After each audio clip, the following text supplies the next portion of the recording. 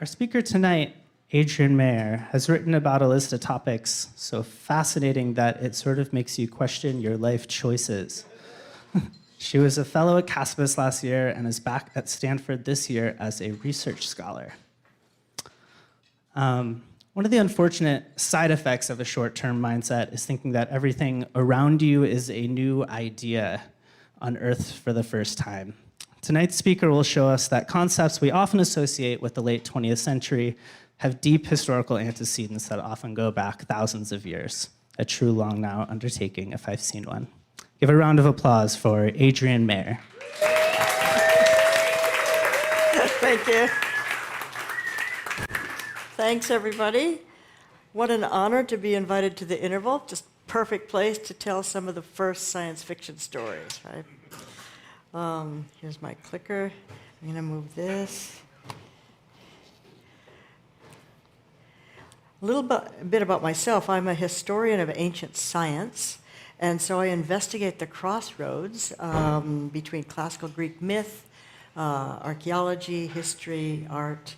I'm interested in uncovering nuggets of historical and scientific realities that are embedded in mythology and ancient writings. So you could say I'm a historian of ancient curiosity. I'm seeking the first inklings of the scientific impulse. For my book, Gods and Robots, I asked who first imagined robots, automatons, self-moving devices. Most historians would trace the first automatons to the Middle Ages with the clockwork mechanisms, but I wondered, could the ideas, the concepts of automatons, creating animated statues, self-moving devices, could those ideas have been imagined long before the technology existed, made them possible? And I should warn you that some philosophers of science actually claim no one in antiquity could imagine automatons until the technology already existed. They're misinformed. Where does innovation come from if it doesn't come from imagining what doesn't already exist? And it turns out that as early as the time of Homer, more than 2,500 years ago, the Greeks were imagining, now in myth, how one might fabricate artificial life. Self-moving devices, animated beings, artificial beings. These entities were always described as products of technology.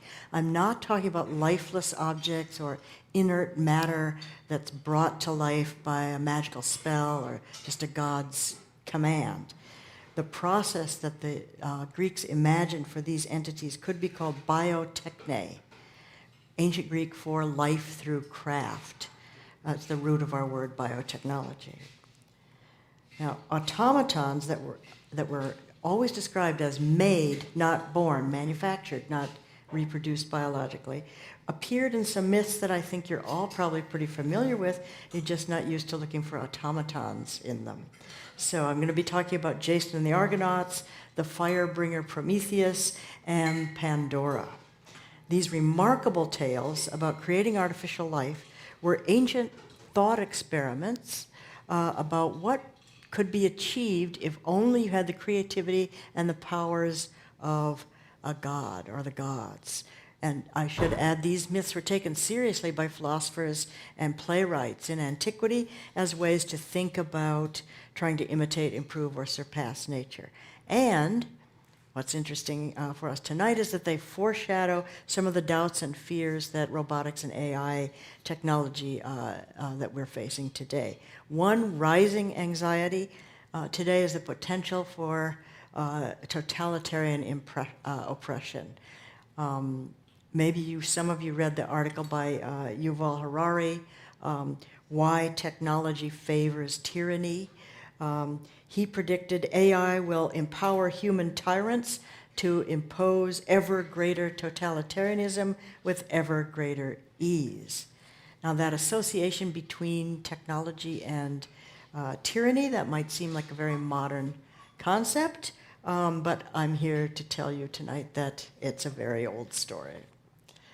I found that Greek myths about artificial life they have a striking feature in common. All of the automatons and self-moving devices are deployed by those with supreme power, either gods like Zeus or kings. So as early as Homer, and we're talking about 750, 650 BC, people were imagining robotic servants, lifelike replicas of humans and animals, and even AI.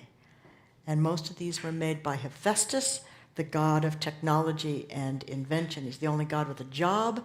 He's the only god who sweats. He's always shown at work in his forge. He's a blacksmith.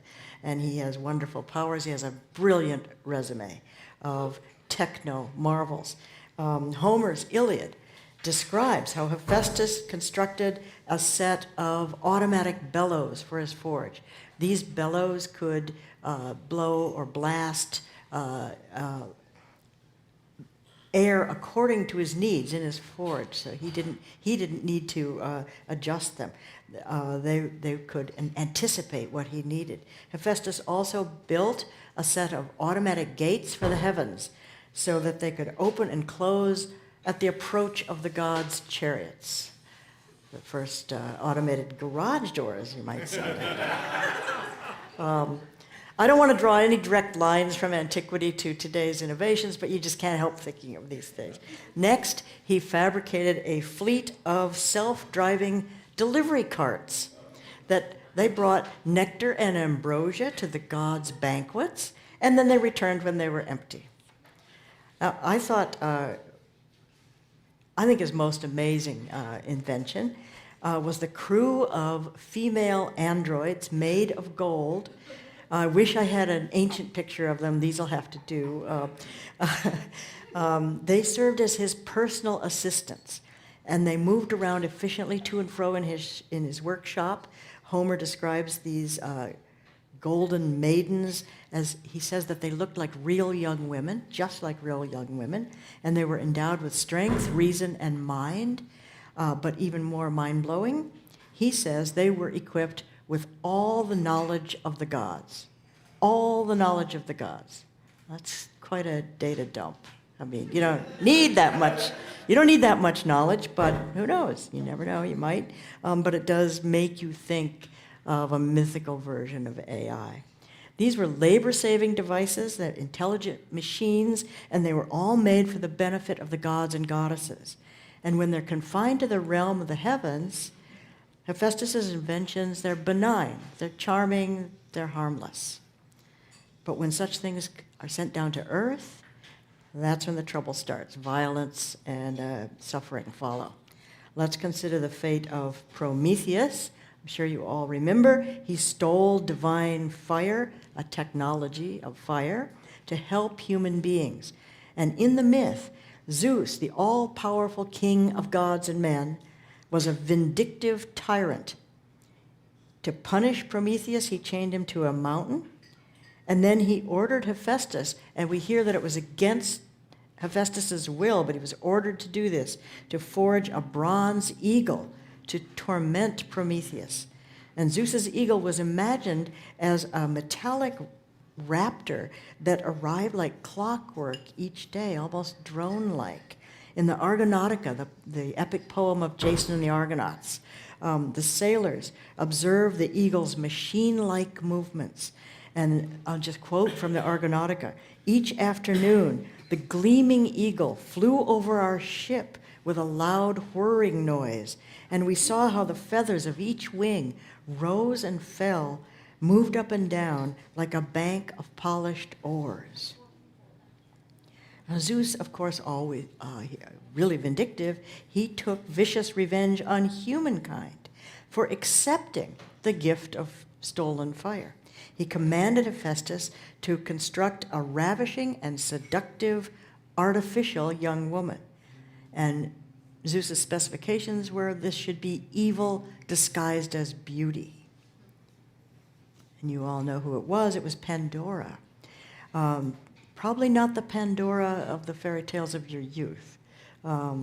She was not just an innocent young woman. Poets describe this female android as made, not born, So she's a technological product.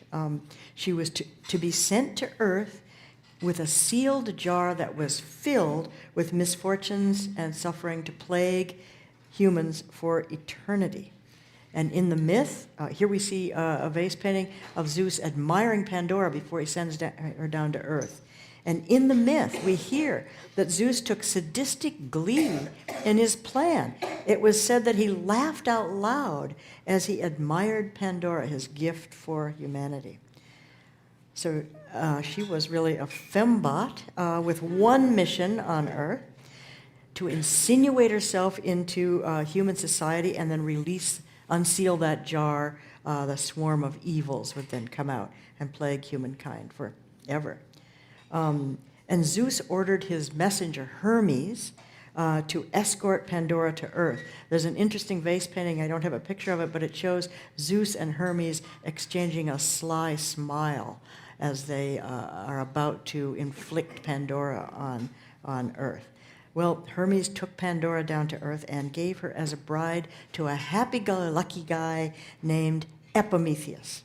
Epimetheus was Prometheus's brother, and Prometheus warned Epimetheus not to accept the dangerous gift from Zeus. But Epimetheus was dazzled by Pandora. He went for the short-term gains, and we hear from the poets only later did he realize his terrible error after she opened the jar. And I just want to point out the name Prometheus in ancient Greek, it means forethought, looking ahead. And Epimetheus, it means hindsight. So Epimetheus is the perfect patsy for Zeus's cruel trick. There's a very famous vase showing Pandora being prepared for her mission. And the artist, you can see all the other figures are really moving around, they're active. Pandora's standing there stiffly like a sort of statue or a doll. She has an uncanny smile on her face as she's being prepared for her assignment on Earth. And here's a close-up of that.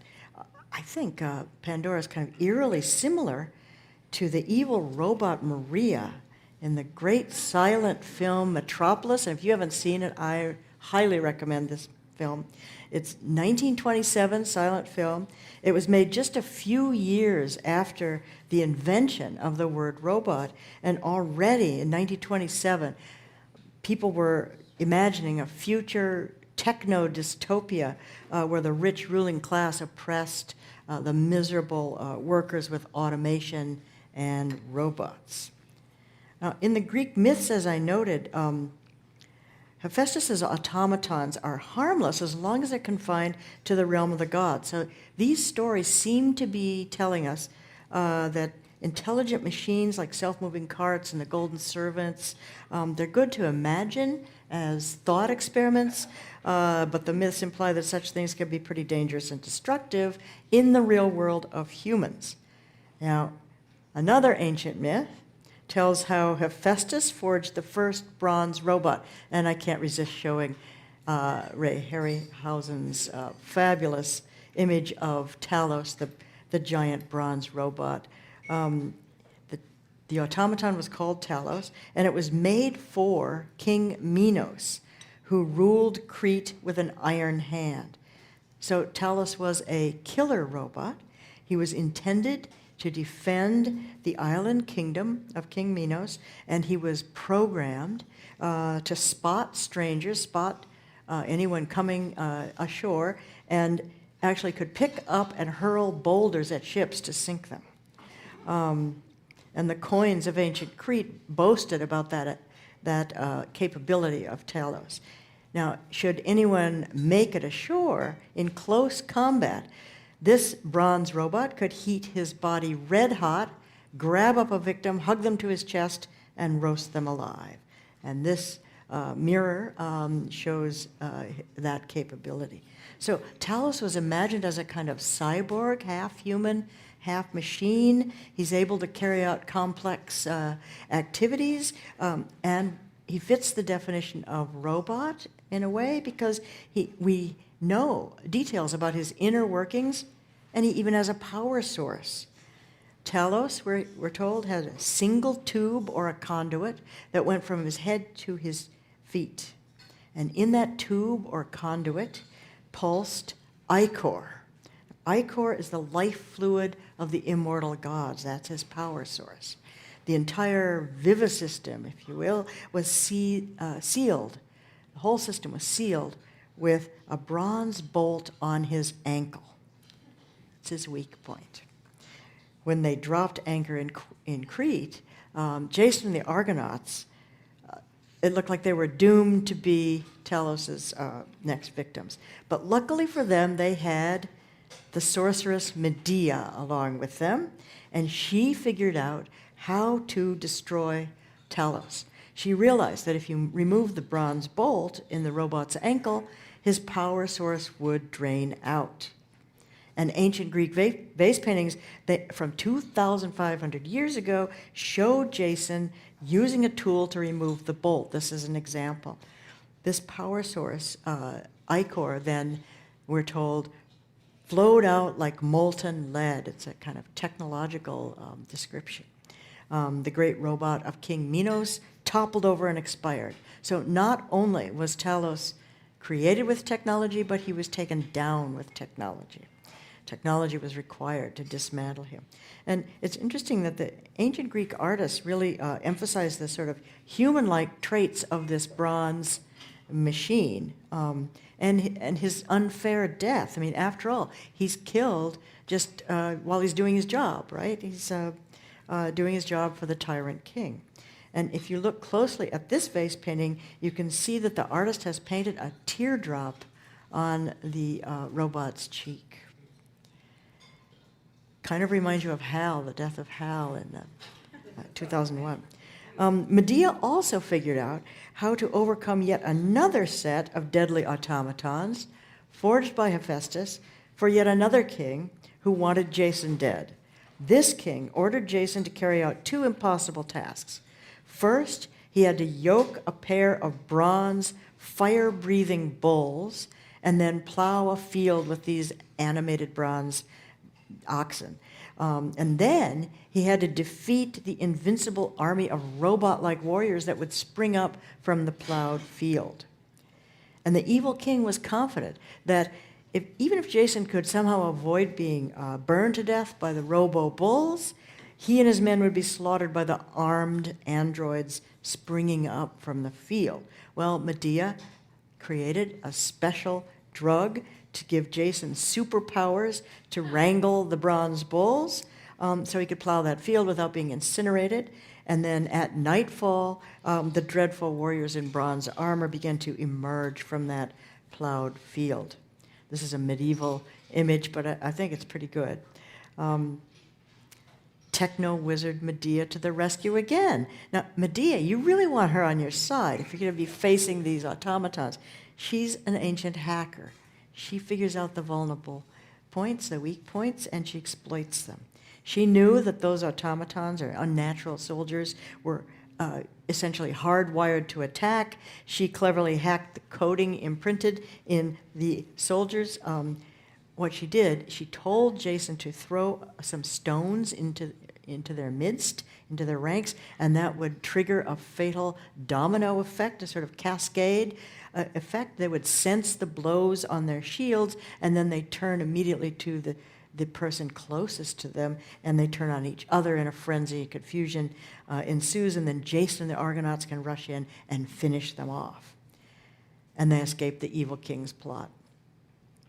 Well, notice that in all of these myths, the machines of malice belong to tyrannical rulers, whether it's Zeus or mythical kings.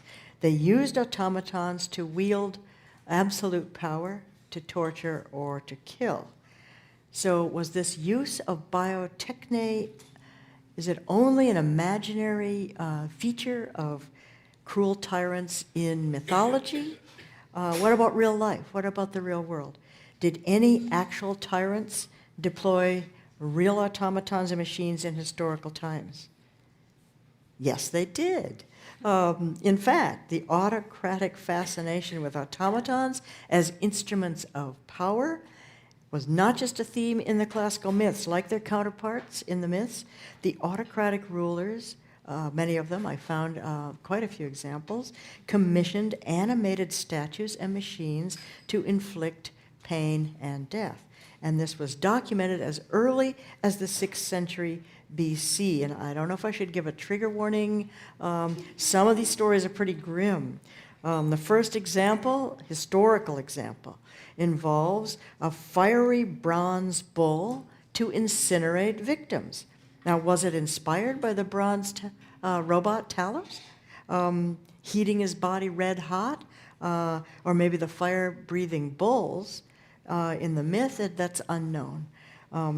This particular deadly bronze bull belonged to the cold-blooded tyrant named Phalaris of Sicily, and he became absolute dictator of the island in 570 BC.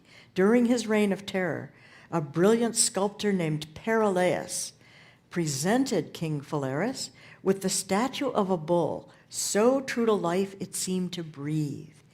Now, I want to note here that ancient artists were capable of making incredibly realistic sculptures of people and animals.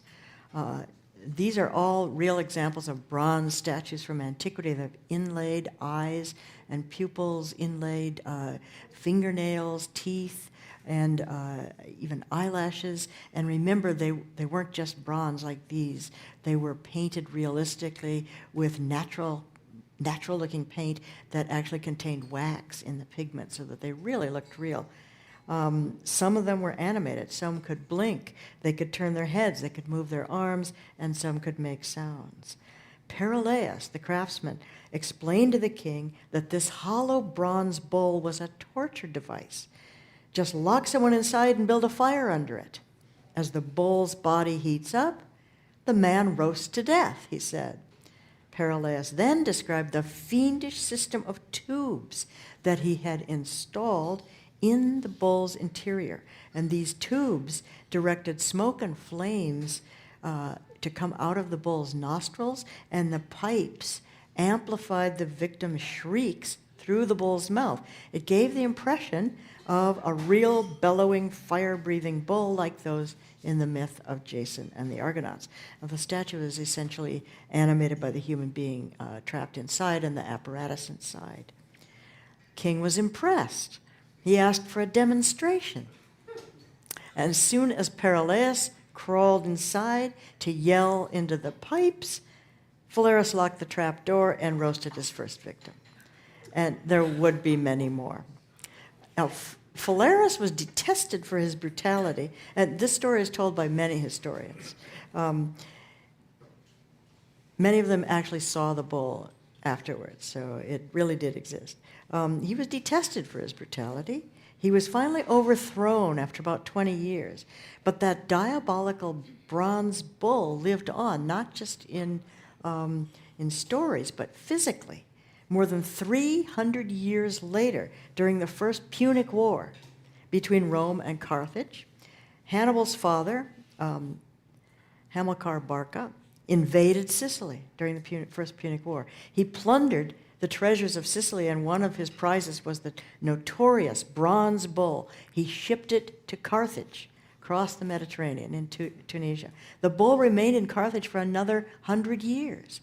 Now, we can only guess how the bull served the rulers of Carthage, but I will remind you that the Carthaginians were reported to sacrifice their children in a furnace shaped like their god.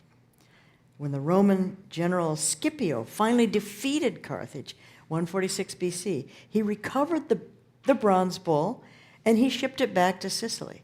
And he set it up as a monument, he said, to the viciousness of tyrants like Phalaris. The message is, trust the Romans, and you won't have any more tyrants like this.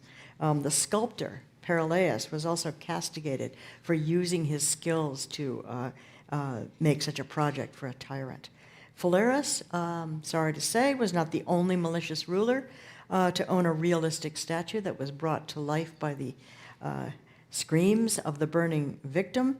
Sicily, it turns out, was a hotbed of such devices. There were many others. Another Sicilian king burned people inside a giant bronze statue of a man. Yet another king in Sicily had a realistic bronze stallion that he used for the same purposes. And these kings were known to offer rewards to artisans and inventors for making novel torture machines.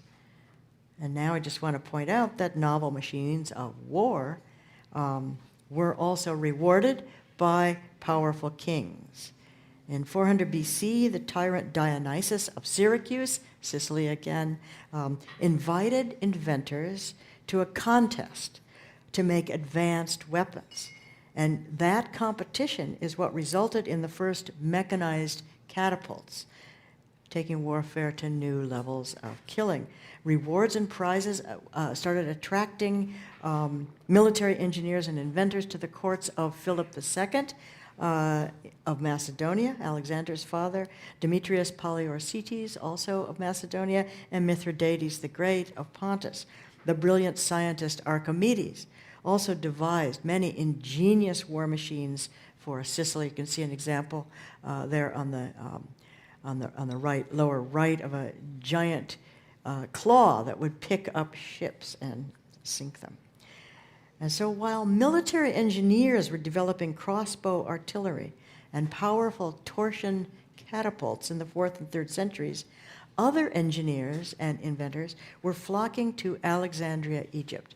Alexandria, Egypt at that time was the Silicon Valley of antiquity. That had the museum, the library, and inventors actually designed and constructed a great variety of self-moving devices, self-driving theaters, complex automatons, some of them miniature, some of them colossal, using mechanics, and they even had plans to use magnetism. King Ptolemy II of Alexandria commissioned their most advanced designs for his magnificent spectacles in Alexandria. His grand procession of 279 BC, it was just an outrageous parade of stunning engineering marvels that wound through the streets for days. You can see the streets of Alexandria in this lower right here. And there were many monumental, lifelike, animated statues of gods and goddesses, each on carts pulled by 300 men. On one cart, for example, sat a colossal 15-foot tall goddess. She was dressed in real silk clothing, sitting there regally on her throne, and then periodically along the route of the parade, this automaton stood up, poured a jug of milk into a large bowl, and then sat down again. All very stately manner, of course. During his reign, King Ptolemy executed many members of his family and his political enemies. He declared himself a god, but his automatons, as far as we know, were nonviolent. So those grandiose spectacles of technology were intended to drive home his godlike absolute power. Well, history records another dictator who demonstrated his iron rule in another parade with another giant self-moving automaton. After the Macedonians crushed democratic Athens, they set up the brutal tyrant Demetrius to rule the city. He destroyed the democracy, and he commissioned a giant animatronic snail. Now, I hear there's someone here who has a snail that he drives around town. So, what a coincidence. I guess snails have been automaton snails have been the thing for centuries, millennia. He set this great snail to crawl at the head of Athens' most sacred procession. And as the realistic giant snail inched along the route, it even oozed a trail of slime along the streets. Now you might ask, why make a giant self-moving gastropod? Snails were considered slow. Is this how your vehicle works? No, probably not. This is a design from an engineer in Amsterdam who tried to figure out how that giant snail moved. But in antiquity, snails were considered slow, clumsy, lowly creatures. To drive home the insult, right behind that giant snail came a troop of asses. The grotesque spectacle was a dramatic and very public way to humiliate the demoralized, defeated citizens of Athens, once so celebrated for their quick action and intelligence. Demetrius, what happened to him? He was later expelled from Athens. All 360 of his statues to himself were smashed, and it was reported that he died of a venomous snake bite. Meanwhile, in Sparta, in 207 BC, the ruthless dictator Nabis seized power. The reign of Nabis and his wife, Apega, was long remembered for extortion, torture, and executions of masses of their subjects. Apega was said to far surpass her husband in cruelty and murder. And maybe that's why Nabis decided to fabricate or commission a mechanical facsimile of Apega, a machine that resembled the queen with extraordinary fidelity. The robotic replica wore Apega's finery and probably had a lifelike wax or maybe a plaster cast painted of Apega's own face. Now, someone on YouTube, some engineers have actually recreated this terrible device. Nabis would summon a citizen of Sparta, ply them with wine to get them drunk, and then demand their money and their property. And if they refused, he would say, "Perhaps my queen Apega will be more persuasive." The man was then taken to meet the fake Apega. And when he reached out and touched or took her hand, the robot stood up, triggering springs to raise her arms, which suddenly grabbed the victim. And under her fancy clothing, the body was studded with iron spikes. Levers and ratchets tightened Apega's deadly embrace, drawing the victim closer and driving the spikes deeper. And with this impaling device in the form of his wife, historians wrote that Nabis destroyed many men in Sparta. After 17 years, the tyrant Nabis was finally assassinated. I can't help noticing they all come to a bad end, these tyrants. So there's some good news here. It's often said that robots fulfill three functions: labor, sex, and spectacle or entertainment. Now, the ancient Greeks had those covered. But the examples of automatons in myth and history also suggest that maybe we should add power as another function. The drive to dominate and exert power led tyrants of myth and historical times to seek and commission nefarious technology. And now, at this point, you might be wondering if I cherry-picked examples of the Greek rulers using automatons for harm or the myths.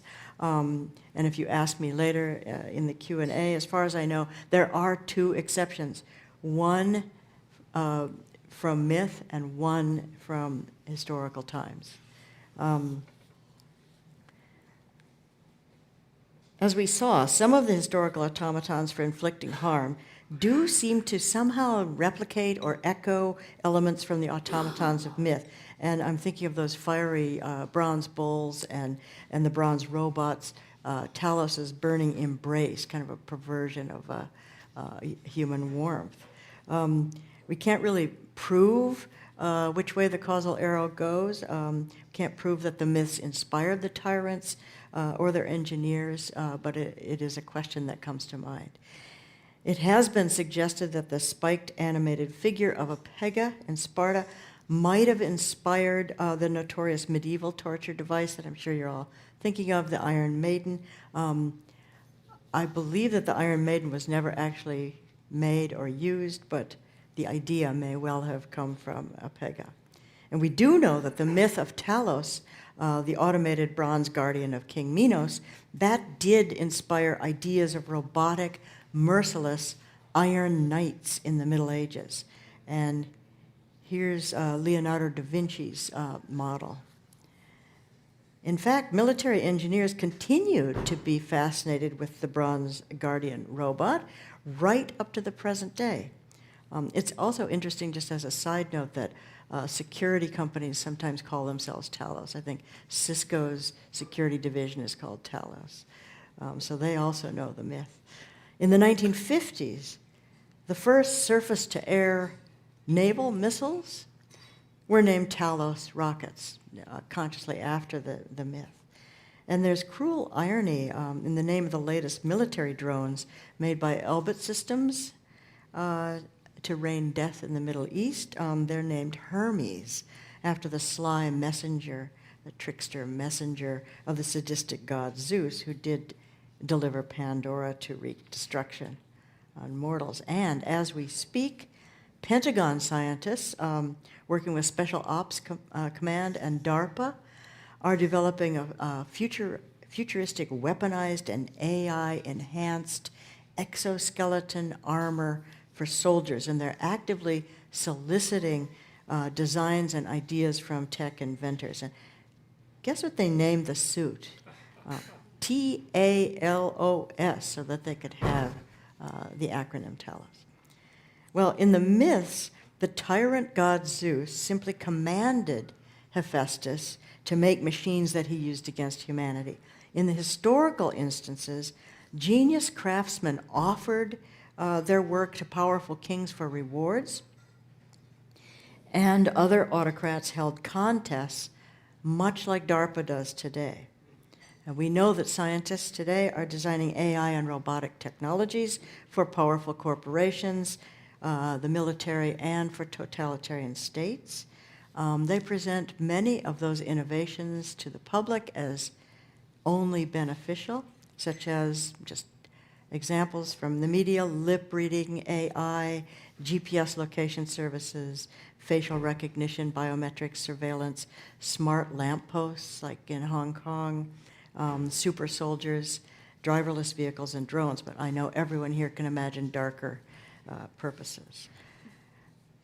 Well, to conclude, it might seem ironic or strange here at the Long Now that I'm asking you to time travel back more than 2,700 years, but now we do know that tech and tyranny have been linked for millennia.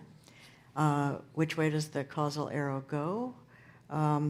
That's debatable. People have talked about that, but I think at this point it seems like the link itself might be the more pressing question.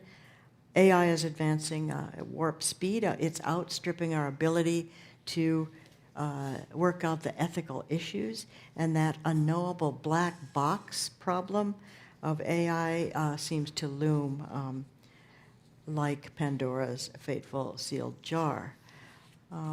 If there is a message from antiquity, it seems to be, will we be like short-sighted Epimetheus, who was dazzled by Pandora, or can we be more like Prometheus, using our imagination and foresight to avoid turning over the future to tyranny in any form? Thank you.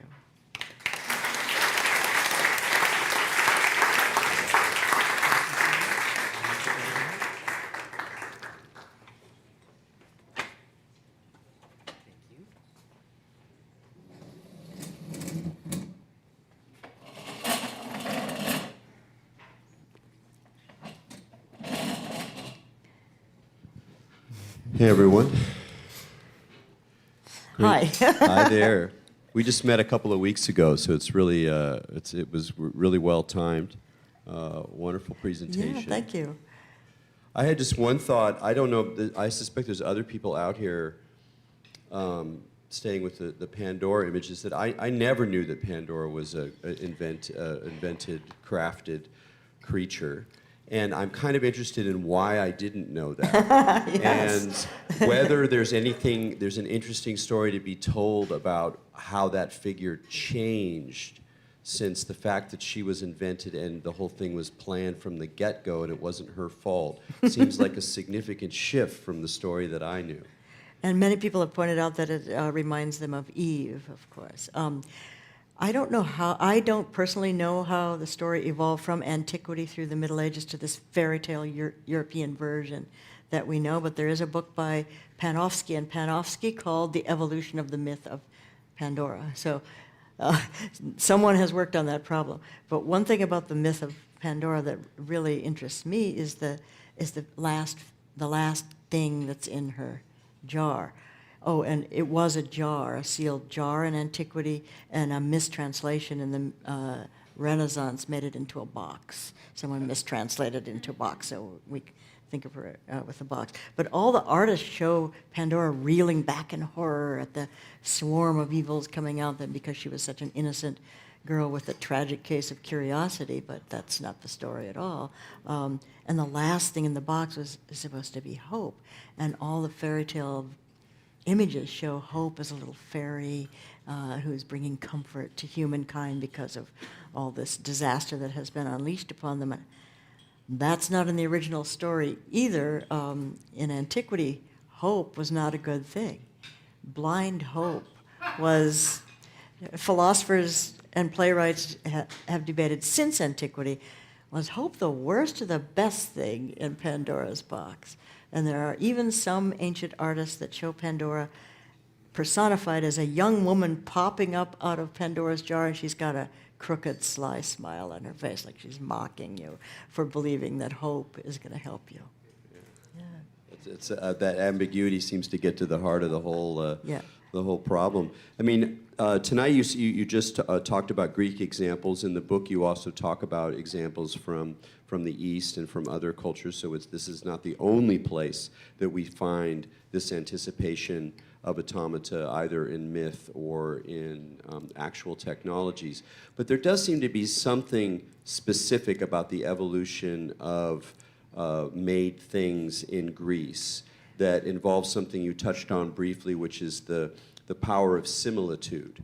You know, that this is a moment, if you look at earlier Attic forms of statues, or if you look at Egyptian statues, there's an obvious distance between that and verisimilitude of the human body, and we really see that in art history, and it does seem to be different. So my question is I'm wondering if you could connect that to an issue that you do talk about also in your book that I think we can all sort of enjoy today, which is the uncanny valley. Absolutely. So it seems like the Greeks sort of discovered the uncanny valley in objects in a way maybe that was sort of original to their artistic exploration. Absolutely. As I was reading descriptions in Homer, in both the Iliad and the Odyssey, of people encountering very realistic animated statues, living statues, they called them, I realized that although we think of the uncanny valley as totally modern, it was invented in, I think, 1970 by Masahiro Mori, I think it is, the robotics engineer.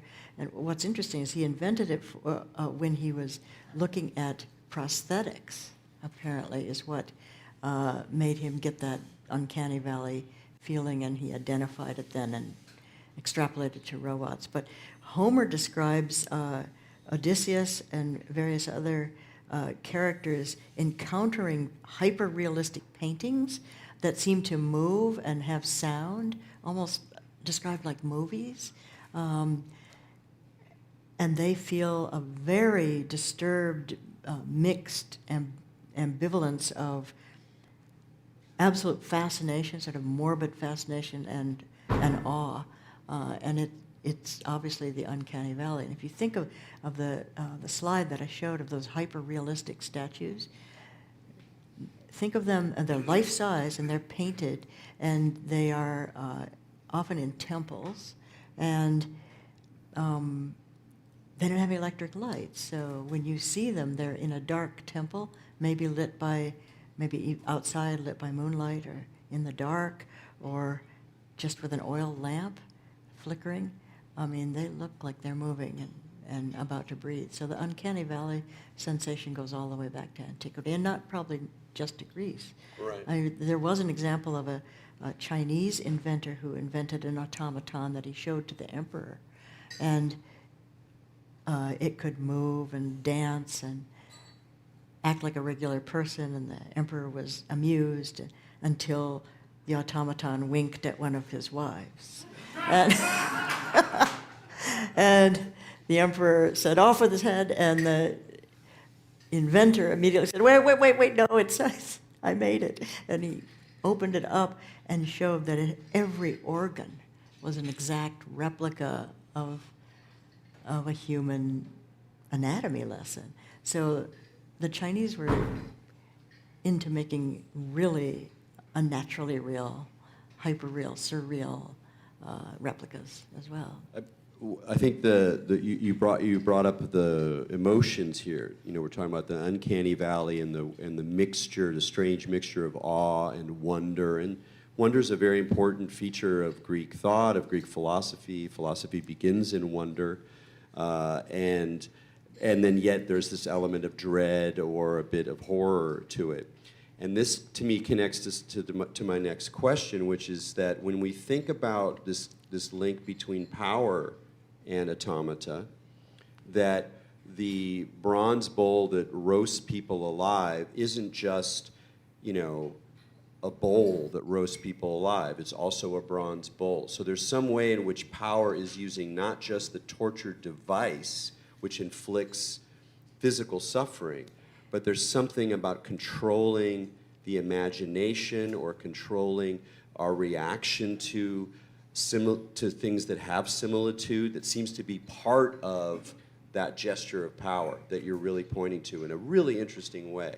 So I just want to kind of push you a little bit more to think about what is that, if robots are not just for labor, for sex, and for entertainment, and they're for power, what is it, how is tyranny enhanced by the similitude, by the fact that it looks like something that it's not? Well, the descriptions of Ptolemy II, his grand procession, it gave the impression that the gods were on his side, that he could have living images, almost, living statues of the gods in his parade.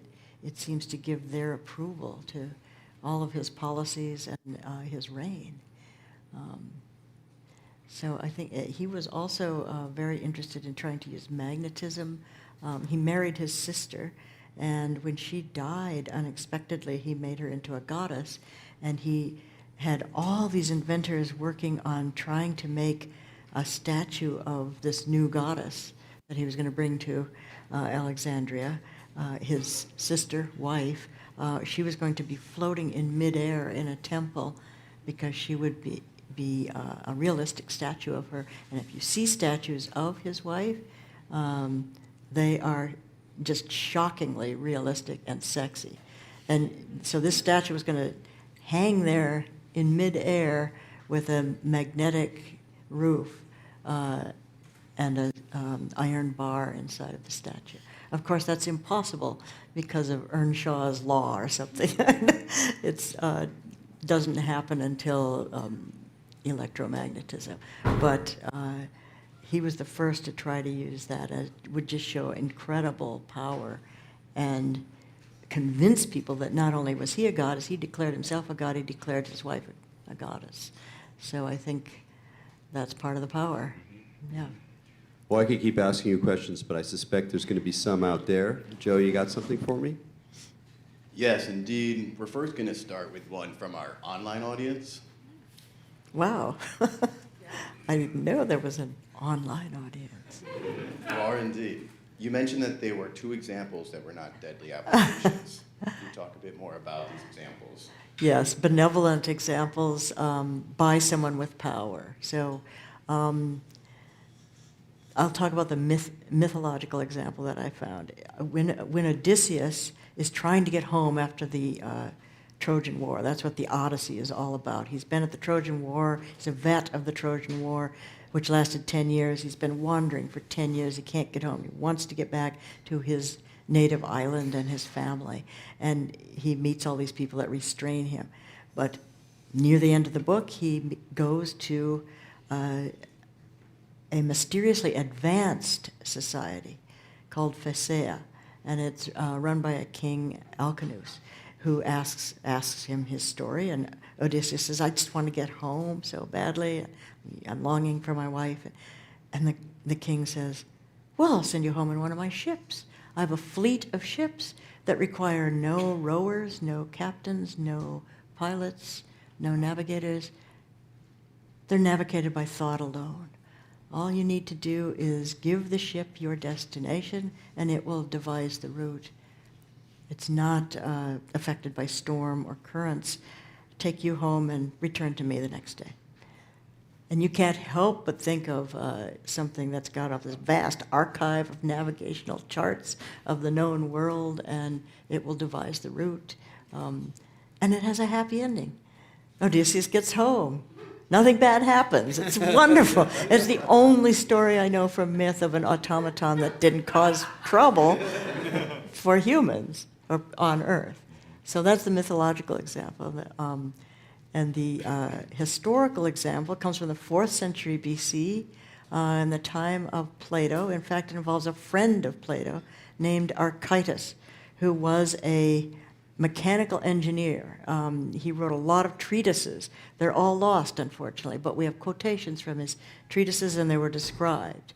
So he was a serious inventor of mechanical devices, and he was also a statesman in the Greek colony of Tarentum.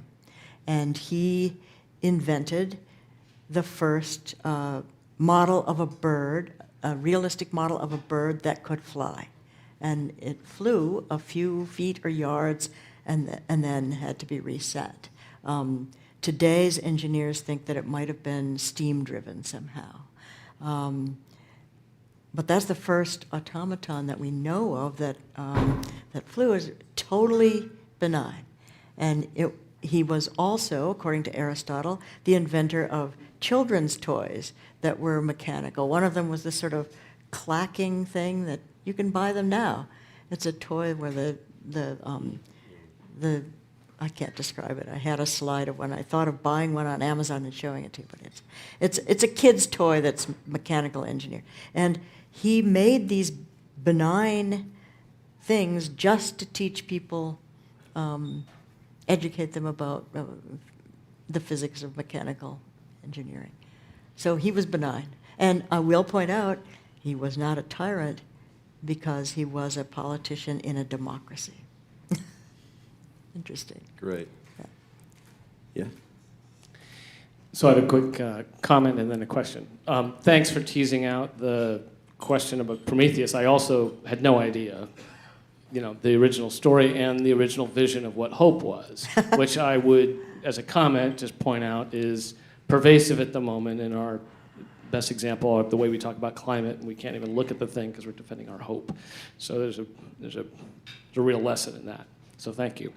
My question, today even, there was an article in the paper about a Chinese company that's built a drone with a machine gun on it and being able to sell it like on the market to whoever wants it. And so I'm interested in this idea that the gods have these things, but it's a problem if it gets down to earth.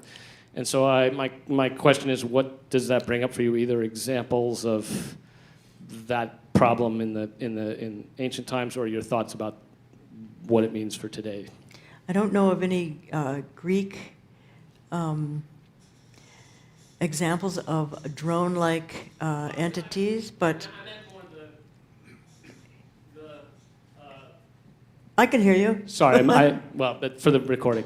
I meant more the idea of the power of these things reaching outside of those who have power, the gods or the tyrants, or absolutely. What happens when these technologies reach the masses, kind of question. Yeah, absolutely. I know that in Hindu mythology, gods had really cosmic weapons that would rain death from the skies. And so just that whole idea of ambush or attack from the skies, there's no defense for that. And it seems like a godlike power. So I don't know what more to say about it, but it's certainly a frightening development. So one question about, you mentioned two automatons. One was the bronze bull. The other one, I believe, was the image of the wife that hugs people to death. How are those controlled? Do we know how the automation worked with the eyes for the bull and things like that? All we know is about the bronze bull of King Phalaris. The details that we know are the ones that I gave you. The bronze bulls that were made by Hephaestus, we don't have any further details except that they were realistic and they were animated somehow. We know that Hephaestus was a technician, and we do have the details of the inner workings of Talos, which is ironic since that's the oldest example we have of an automaton, and we have the most details about it. And you just have to keep in mind how much has been lost from antiquity. We only have the texts or fragments that have survived. So much has been lost, and so much artwork has been lost. We learn a lot of details from the artwork. We know that that Talos was imagined as a technological being because of those old vase paintings that show Jason using a tool. That's very rare. I don't think there are very many vase paintings that show someone using a tool in that way. So there's a lot that's lost. We don't really have the details. So firstly, I wanted to thank you because this talk is such a wonderful example of how critically important it is that people study humanities and think about ancient history, and how these disciplines that we think of as maybe unrelated are so deeply related when people are just curious and going back to ancient times. But I have two unrelated questions. The first is sort of because it's such a prominent topic for now is whether these automatons and automated sort of applications, whether the balance of their benefit to humanity versus their use in the power application, based on what you're seeing in history, where we have these sparse examples of their beneficial use and many examples of their power use. And the second one is the application we haven't talked about, which is sex, and whether there were any examples of that.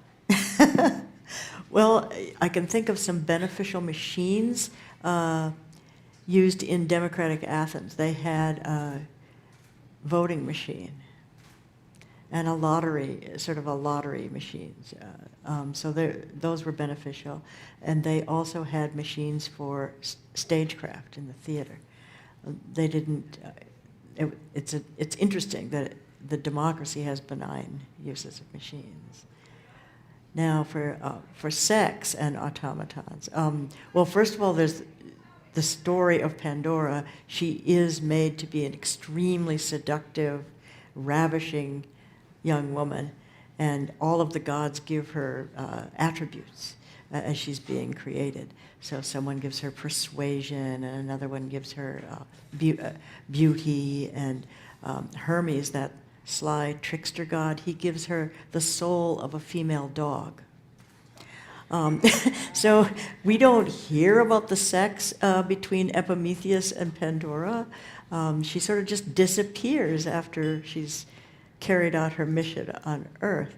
But the Roman poet Ovid imagined that they did have sex, and that she was so lifelike that she gave birth to a baby boy and a baby girl, which is, I think, is sort of interesting since that's sort of the theme of the second Blade Runner show about whether or not automatons become that real. And then, of course, there's the story of Daedalus making the artificial cow that was so realistic. He even used the cow hide of cows that were in the bull's pasture. He made that artificial cow so that the queen Pasiphae, who was married to King Minos, the tyrant of Crete, she cursed her husband, and we don't know the reason, but she gave him a particularly diabolical magical spell. She was another witch. So that every time he ejaculated spiders and scorpions. So he was having a hard time in life.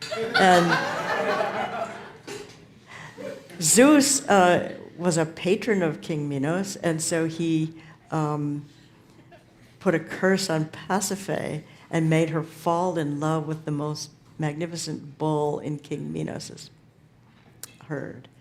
And so she begged Daedalus, this craftsman, to make her a cow that she could crawl inside and have sex with the bull. And so we have that story. And then we have... Do you want more?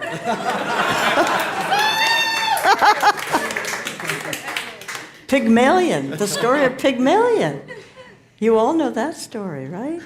And once again, is a kind of romantic story. It's supposed to be romantic.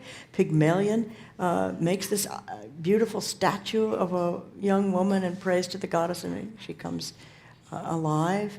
But if you read the story, it's really creepy. I mean, Pygmalion is a guy who hates real women. They're just too real for him, and so he makes his ideal woman a virgin, beautiful, and he takes that statue to bed every night. And we have dozens of stories of men falling in love with realistic statues from that time period. The Greeks even had a name for it. Agalmophilia means statue lust. And this is the uncanny valley right there. I mean, these guys would sneak into temples at night and have sex with, especially statues of Aphrodite, because they were particularly beautiful, and leave evidence of their shocking crimes to be found in the morning. So now,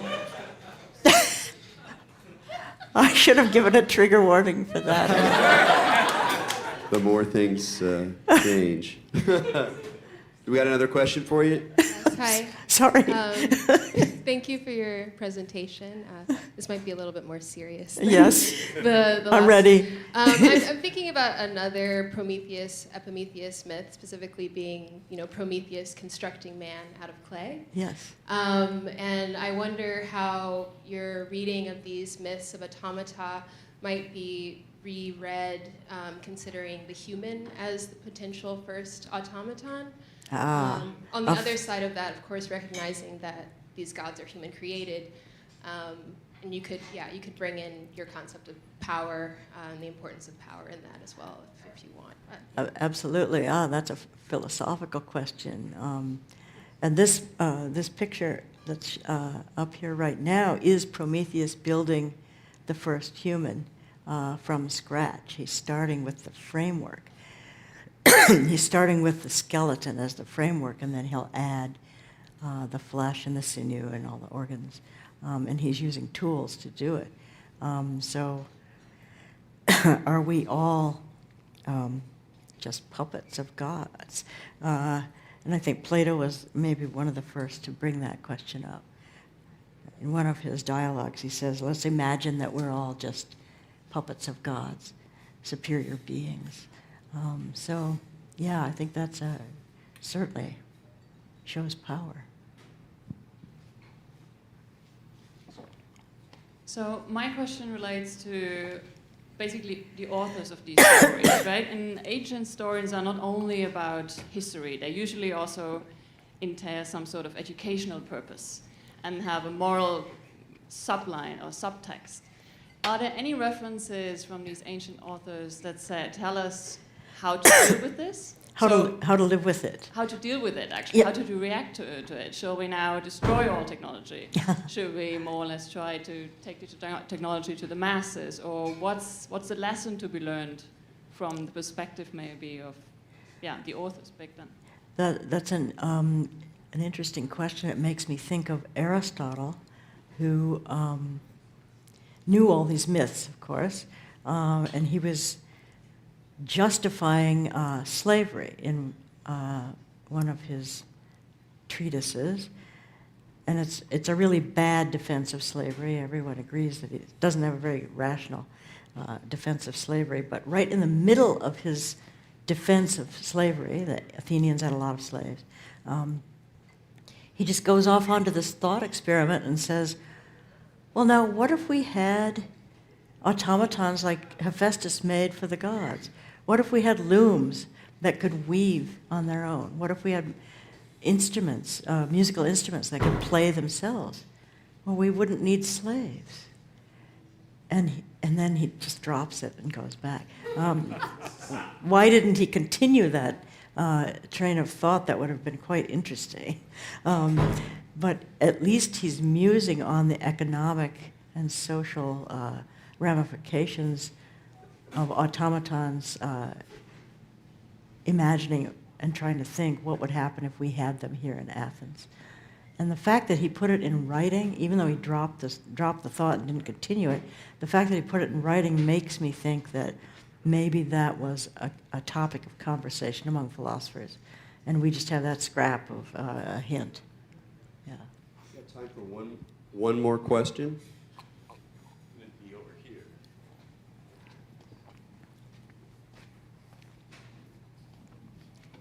Thank you for that fabulous presentation. Thank you.